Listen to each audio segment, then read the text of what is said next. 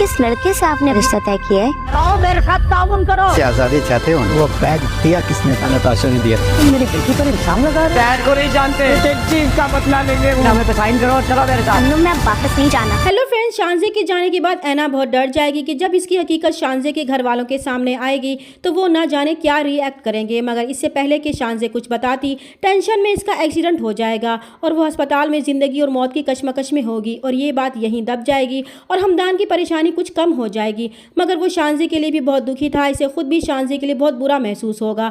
मगर वो क्या करता, वो तो ऐना से मोहब्बत करने लगा था।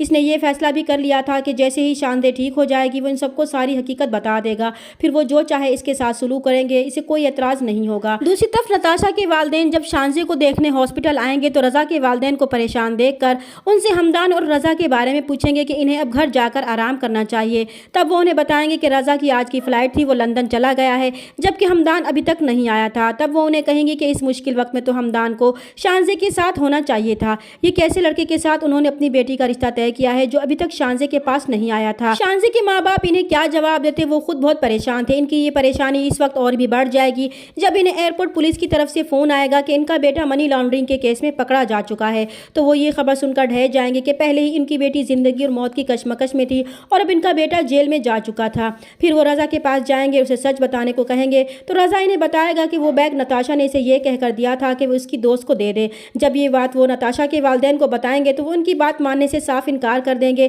कि वो उनकी बेटी पर इल्ज़ाम लगा रहे हैं। फिर वो उसी वक्त मंगनी भी तोड़ देंगे और इन्हें वार्न करेंगे कि वो उनकी बेटी को इस मामले से दूर रखें, वरना वो उनके साथ बहुत बुरा करेंगे।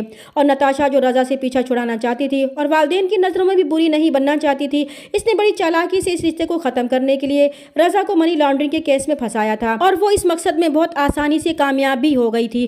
दूसरी तरफ रज़ा पर पुलिस बहुत ज़्यादा तशद्दुद करेगी और इससे गुलवाने की कोशिश करेगी कि वो इनके साथ ताउन करते हुए साफ साफ बता दे कि इसका ताल्लुक किस गैंग से है, वरना वो इसके साथ इससे भी ज़्यादा बुरी तरह पेश आएंगे। और रज़ा इनके तशद्दुद से बहुत परेशान होगा और पुलिस वालों को धमकाएगा कि वो इसके बाप को नहीं जानते, वो इसके साथ होने वाले एक एक सलूक का बदला लेंगे। मगर वो ये नहीं जानता था कि वो बुरी तरह फंस चुका है। रज़ा ने कभी सोचा भी नहीं था कि नताशा इसके साथ ये सब कर सकती है।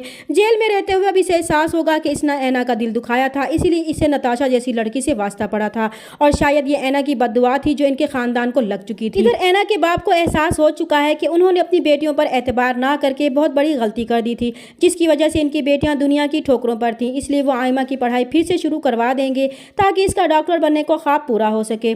अब इन्हें ये एहसास भी सताएगा कि कहीं उन्होंने ऐना के साथ भी कोई ज्यादती तो नहीं कर दी थी।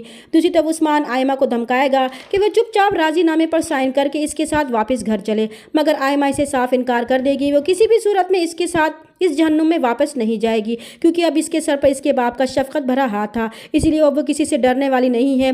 और दूर खड़ा आयमा का बाप ये सब देख लेगा। वो उस्मान को वहाँ से जाने को कहेगा कि वो आइंदा इसे अपनी बेटी के पास भटकता हुआ भी नजर ना आए।